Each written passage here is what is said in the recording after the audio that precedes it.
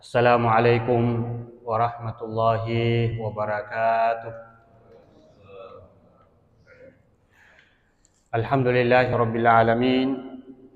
Nahmaduhu wa nasta'inuhu wa nastahdi wa natubu ilaihi wa na'udzu billahi min syururi anfusina wa min sayyiati a'malina. May yahdihillahu fala mudilla lahu wa may yudlilhu fala hadiyalah. Asyhadu an la ilaha illallah wahdahu la syarika lah wa asyhadu anna Muhammadan abduhu wa rasuluhu amma ba'd. Jamaah salat subuh yang semoga senantiasa dirahmati oleh Allah Subhanahu wa taala. Tidak henti-hentinya kita memuji dan bersyukur kepada Allah Tabaraka wa taala atas segala limpahan rahmatnya kepada kita semua, terutama pada subuh hari ini. Dengan izinnya, hidayahnya, inayahnya, kita kembali hadir untuk melaksanakan salat subuh secara berjamaah. Mudah-mudahan Allah Tabaraka wa taala mencurahkan kepada kita semua keberkahan, kemuliaan di awal pagi hari ini. Amin ya rabbal alamin. Salam salawat semoga senantiasa tercurah pada Nabi kita Muhammad sallallahu alaihi wasallam. Lewat perjuangan dan kerja keras beliau kita dapat merasakan al-Islam. Kita berbahagia, berbangga dengan Islam yang telah dibawa, diperjuangkan oleh Rasulullah Muhammad sallallahu alaihi wasallam. Bapak Ibu jamaah salat subuh yang semoga dirahmati oleh Allah Subhanahu wa taala. Alhamdulillah pada kesempatan hari ini kembali saya bisa hadir di tempat ini setelah bulan suci Ramadan. Kurang lebih 1 bulan baru bisa kembali mengisi dengan izin Allah Tabaraka wa taala. Untuk hari ini jamaah salat subuh yang semoga dirahmati oleh Allah Subhanahu wa taala, kita melanjutkan tadabbur singkat surah-surah yang ada di dalam Al-Qur'an, dan subuh ini kita di surah yang ke-19. Surah yang ke-19 adalah surah Maryam.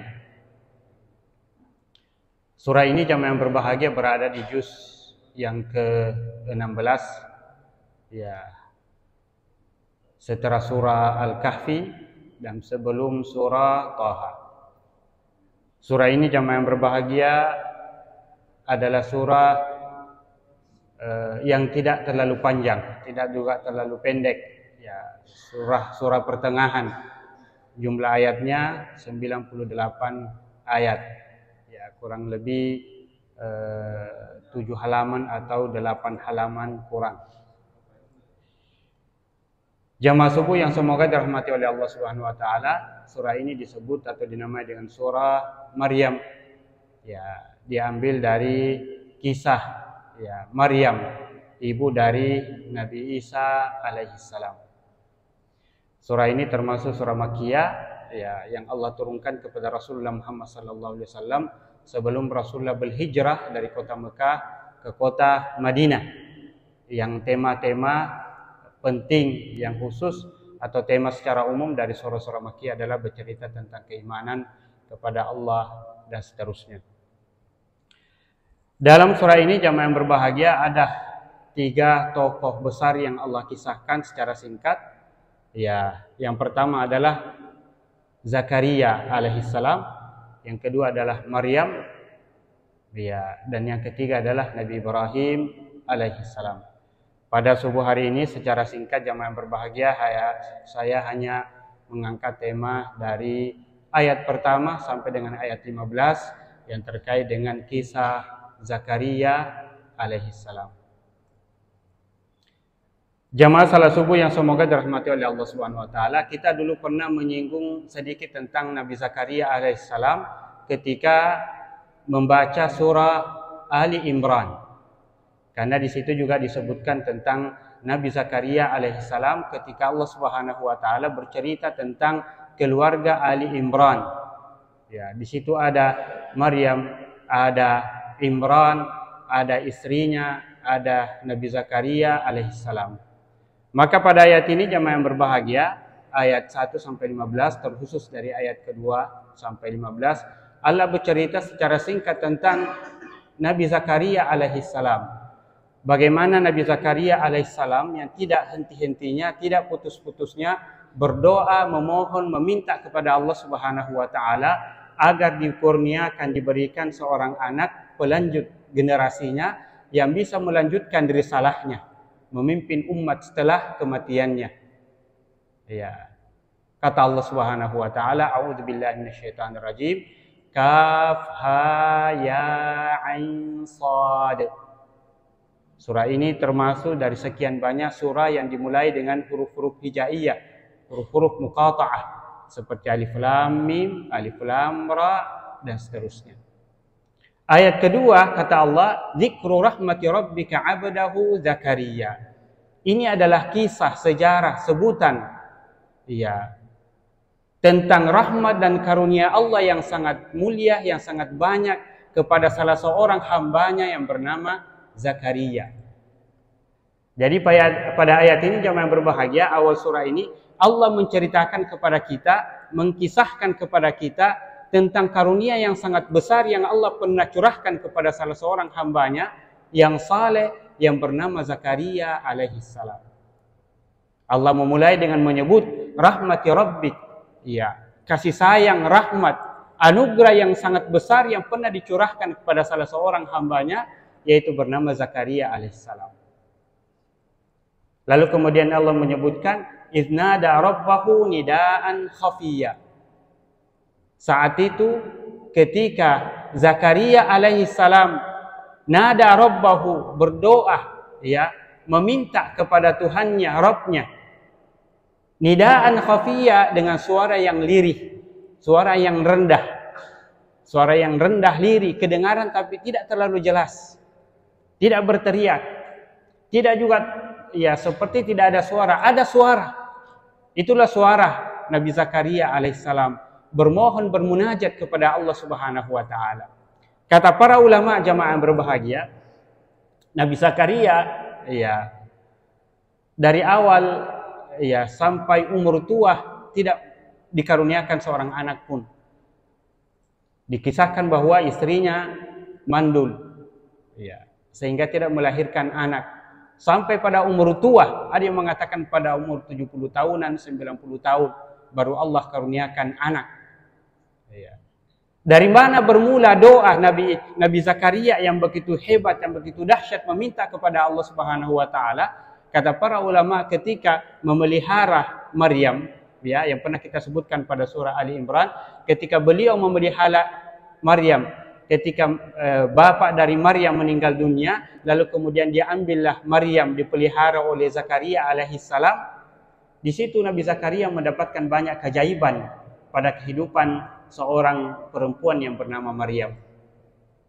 Ketika Zakaria membawakan makanan kepada Maryam di tempatnya, di mihrabnya, di mana tidak ada orang yang bisa masuk di tempat itu kecuali Zakaria alaihissalam. Tidak ada orang yang bisa punya akses bisa masuk di situ.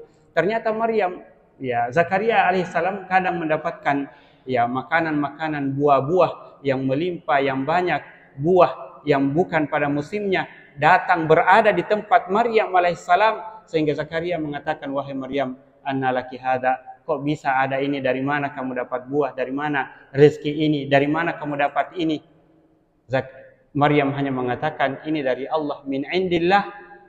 Zakaria heran, kok bisa ada makanan, siapa yang membawakan? Tidak ada orang yang bisa masuk ke sini kecuali saya, dan saya tidak membawakan apa kecuali apa yang saya tahu, saya bawa. Maryam hanya mengatakan, huwa min indillah. Maka dari situ kata Allah, hunalika da'a Zakaria rabbahu.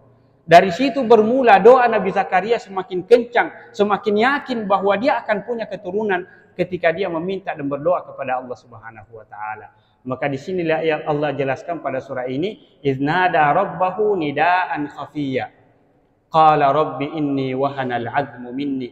Ya Allah, kata Zakaria alaihissalam, tulang-tulangku sudah lemah, rapuh, matowana kalau bahasa ugina. Washta'ala ar-ra'su syaiba. Kepala saya sudah penuh dengan uban. Maputeni welwaku. Walam akum bidu'aika rabbi syaqiyya. Tapi saya ya Allah tidak pernah putus asa. Tidak pernah tidak pernah putus asa. Memohon, meminta kepadamu, dan saya yakin Kalau engkau mengizinkan itu pasti terjadi. Walaupun istri saya mandul, walaupun saya sudah berumur tua. Walam akum bidu'aika rabbi syaqiya. Wa inni khiftul mawaliya mi wara'i wa kanat imra'ati 'akira fahabli min ladunka waliya. Ya Allah, saya mengkhawatirkan generasi setelah saya, kalau saya meninggal, saya mati, tidak ada yang memimpin umat di belakang saya. Maka perhatikan jamaah yang berbahagia. Visi misi dari Zakaria alaihissalam tidak sembarang mau punya anak. Dia tidak berpikir kelanjutan perusahaannya, kelanjutan perusahaan PT, perusahaan keluarganya setelahnya, siapa yang melanjutkan, siapa yang memimpin. Tapi dia yang pikirkan adalah inni khiftul mawaliya mi wara'i. Saya mengkhawatirkan generasi setelah saya tidak ada yang bisa memimpin, melanjutkan risalah saya sebagai seorang nabi. Wa kanat imra'ati 'akira, dan istriku adalah seorang perempuan yang mandul. Tapi ya Allah, fahabli min ladunka waliya. Karuniakan dari sisimu seorang anak, seorang anak. Yarithuni wa yarithu min ali fir'auna waj'alhu rabbi radiya, yang bisa mewarisi kerasulan saya, kenabian saya, ajaran saya. Wa yarithu min ali Yaquba, dan mewarisi keluarga Yaqub. Kenapa disebutkan keluarga Yaqub alaihissalam? Karena Yaqub bapak dari Nabi Yusuf alaihissalam, yang kemudian dikenal dalam sejarah bahwa Israel keturunannya itulah yang kemudian turun Bani Israel dan banyak nabi, banyak nabi setelahnya. Lalu kemudian dari situ muncullah, termasuk diantaranya adalah Nabi Zakaria alaihissalam. Yarithuni wa yarithu min ali Yaquba waj'alhu rabbi radiya. Ternyata tidak panjang waktunya ketika doanya itu semakin banyak, semakin yakin kepada Allah Subhanahu wa taala setelah melihat mujizat-mujizat yang ada pada Maryam alaihissalam. Allah kemudian melalui malaikatnya mengutus berita gembira dengan mengatakan, ya Zakaria, inna nubashshiruka bi gulamin ismuhu Yahya lam naj'al lahu min qablu samiyya. Melalui malaikat Allah menurunkan berita gembira kepada Zakaria. Wahai Zakaria, kami akan mencurahkan karunia yang besar kepadamu dengan memberikanmu seorang anak. Ismuhu Yahya, yang kami berikan nama dengan nama Yahya. Lam naj'al lahu min qablu samiyya. Kata Allah, kami belum pernah memberi nama seorang pun, siapapun sebelum itu Yahya, kecuali itu anakmu Yahya yang akan kamu dapatkan nanti. Jadi nama Yahya alaihissalam adalah pemberian dari Allah Subhanahu wa taala. Allah menyebutkan secara langsung, kami akan menugerahkan kepadamu wahai Zakaria seorang putra berlanjut risalahmu yang kami beri nama Yahya. Lam naj'al lahu min qablu samiyya. Kata Allah, kami belum pernah memberi nama sebelum itu yang bernama dengan Yahya kecuali dia. Lam naj'al lahu min qablu samiyya. Lalu kemudian Nabi Zakaria mengatakan, qala anna yakunu li gulamun wa kanat imraati 'akira wa qad balagtu min al-kibari itiya. Ketika malaikat memberikan berita gembira itu, jamaah yang berbahagia, kaget Nabi Zakaria alaihissalam. Sampai kagetnya dia mengatakan seakan tidak percaya, tapi itu bukan tidak percaya. Dia mencurahkan kegembiraannya itu dengan mengatakan, anna yakunu li gulam. Ya Allah, bagaimana saya bisa punya anak? Masih bisakah saya punya anak? Apakah betul-betul saya akan berikan seorang anak? Bagaimana caranya? Kok bisa? Wa kanat imraati 'akira. Istriku adalah orang yang mandul. Sekian tahun sampai umur yang sudah sangat tua, dia adalah orang mandul. Wa qad balagtu minal kibari itiya, dan saya sendiri saya sudah sampai pada umur yang sangat tua. Ada yang mengatakan 90 tahun, 91 tahun, jamaah berbahagia. Yang Zakaria alaihissalam menggambarkan sendiri dirinya di ayat-ayat sebelumnya dengan mengatakan tulang-bulangku sudah rapuh, matoana, bukuna kalau bahasa kita, rambutku sudah putih. Anna yakunu li gulam. Qala kadzalik. Malaikat mengatakan demikianlah. Qala rabbuka, Tuhanmu berkata, huwa alayya hayyinun. Itu bagi Allah, bagi saya kata Allah hayyin, mudah saja. Gampang saja. Iya, tidak perlu pakai akal, kok bisa? Bagaimana caranya? Istri perempuan mandul. Banyak kejadian lebih hebat, lebih dahsyat sebelumnya daripada itu. Ya, Nabi Adam bagaimana dilahirkan? Tidak punya ayah, tidak punya ibu. Istri Nabi Adam bagaimana dilahirkan? Ya. Dan banyak sejarah sebelumnya yang dahsyat, yang lebih hebat daripada itu, tapi itu terjadi karena kehendak Allah Subhanahu wa taala. Maka Allah katakan, "Huwa alayya hayyinun." Bahkan ingat wahai Zakaria, wa qad khalaqtuka min qabl wa lam taku syai'a. Bahkan engkau sendiri Zakaria saya ciptakan hidup di bumi ini, menjadi nabi, menjadi rasul, wa lam taku syai'a, padahal sebelumnya engkau tidak sebut siapa-siapa. Engkau bukan siapa-siapa. Ya. Sebelum ini wahai Zakaria, engkau saja tidak disebut nabi, tidak ada namamu, tidak ada siapa-siapa kamu, lalu kemudian kata Allah kami jadikan engkau, lalu kemudian jadilah engkau hidup. Iya. Dan seterusnya.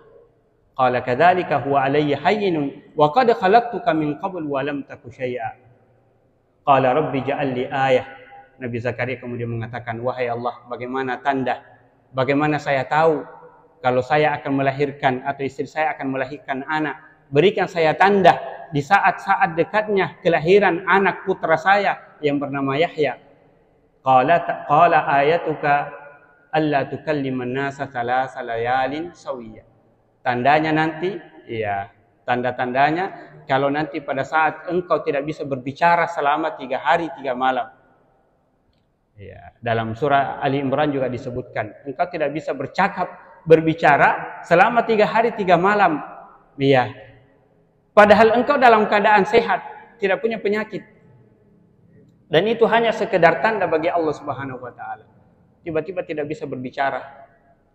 Iya. Dan yang bisa dia lakukan adalah berbicara lewat isyarat. Fa kharaja ala qaumihi minal mihrabi fa auha ilaihim an sabbihu bukratan wa ashiya. Maka ketika kehamilan itu mendekat dan mau melahirkan istrinya, maka dia keluar, Zakaria keluar dari mihrabnya, tempat ibadahnya, kepada umatnya dan mengatakan an sabbihu, melalui isyarat, bertasbihlah kalian, memujilah kalian, bersyukurlah kalian pagi dan petang karena keadaannya karunia yang Allah berikan kepada kita semua melalui seorang anak yang bernama Yahya. Jamaah salat subuh yang semoga dirahmati oleh Allah Subhanahu wa taala, lalu kemudian pada ayat-ayat setelahnya, 2 ayat atau 3 ayat setelahnya, secara simpel singkat Allah langsung menyebutkan kisah Nabi Yahya. Ya Yahya khudhil kitaba. Setelah dewasa, kemudian Allah berfirman kepada Yahya, ya Yahya khudhil kitaba biquwwah. Ambillah kitab itu, kitab Taurat, ya, ajaran itu dengan tegas, dengan kuat. Ya Yahya khudhil kitaba biquwwatin wa atainahul hukma sabiyya, dan kami berikan kepada Yahya kata Allah hikmah, ilmu pengetahuan, wa hananan min ladunna wa zakata wa kana taqiyya. Kami berikan dia karunia, limpahkan dia rahmat, kasih sayang, ya. Bahkan pada akhirnya wa ja'alahu nabiyya, dan kami jadikan dia juga seorang nabi. Jamaah subuh yang semoga dirahmati oleh Allah Subhanahu wa taala, secara singkat inilah yang Allah sebutkan dalam kisah Nabi Zakaria pada ayat ini.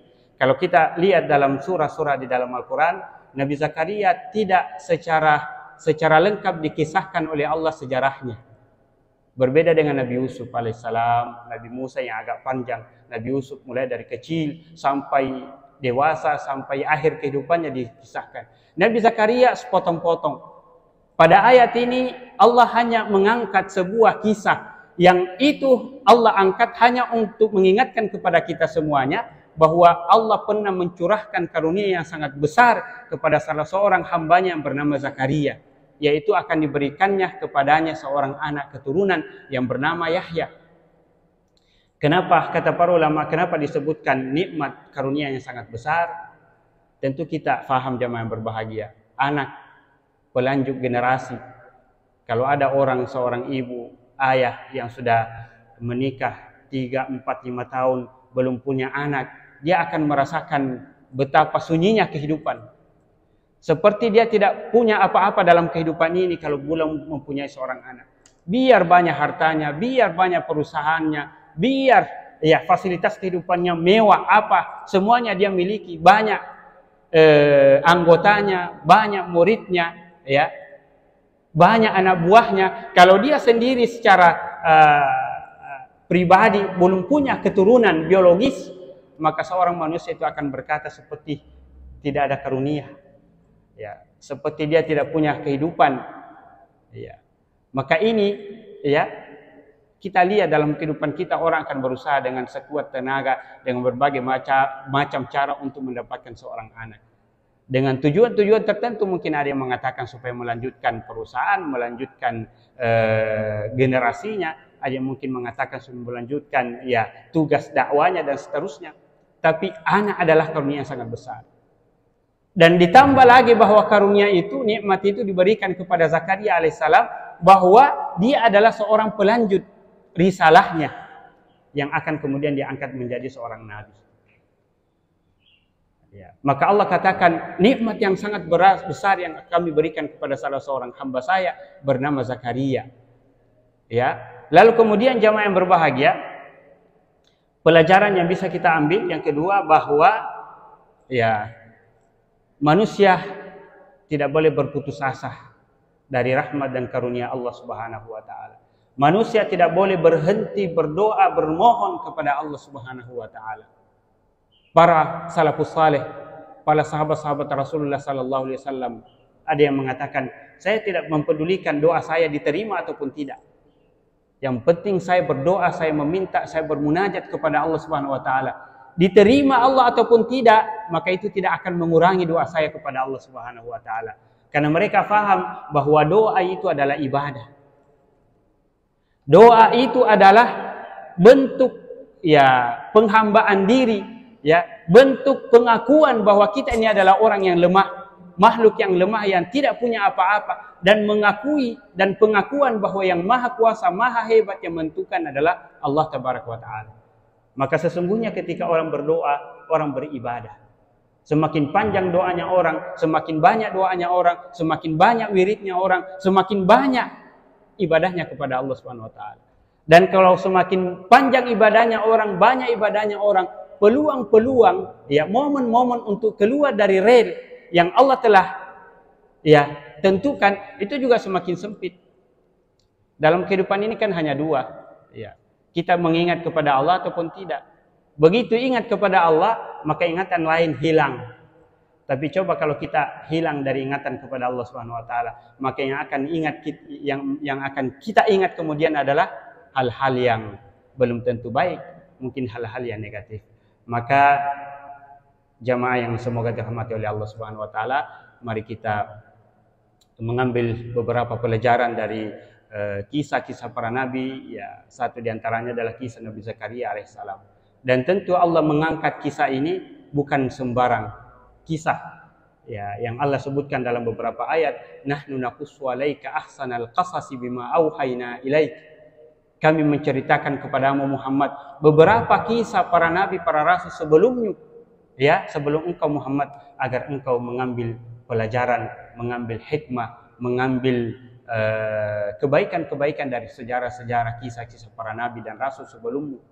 Ya, ini adalah bukan kisah dongeng supaya orang, ya, makan hadisu yuftara, kata Allah. Kisah-kisah para nabi itu bukanlah cerita dongeng yang diada-adakan, bukan tanpa tujuan, bukan cerita supaya kalian bisa tidur di malam hari, tapi ambillah pelajaran hikmah dari kisah-kisah yang ada di dalam Al-Quran. Satu di antaranya adalah kisah Nabi Zakaria alaihissalam yang menggambarkan seorang hamba bagaimana keyakinannya, ya, yang tidak pernah putus asa mengharap ridha, mengharap, ya, rahmat dari Allah Subhanahu wa taala, dan menggambarkan bagaimana kemampuan kehebatan Allah Subhanahu wa taala yang kadang di luar nalar manusia, pikiran manusia, di luar batas-batas, ya, hitungan-hitungan manusia, bahkan teknologi yang sangat ampuh canggih pun kadang-kadang dengan izin mukjizat Allah semuanya bisa terjadi, ya, semuanya bisa nyata dalam kehidupan kita tanpa melalui hitungan-hitungan manusia,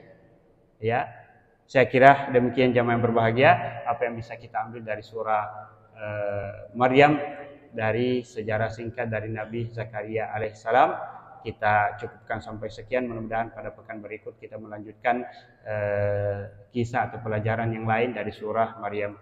Mohon maaf atas segala kekurangan. Usikum wa nafsi bitaqwallah. Wassalamualaikum warahmatullahi wabarakatuh.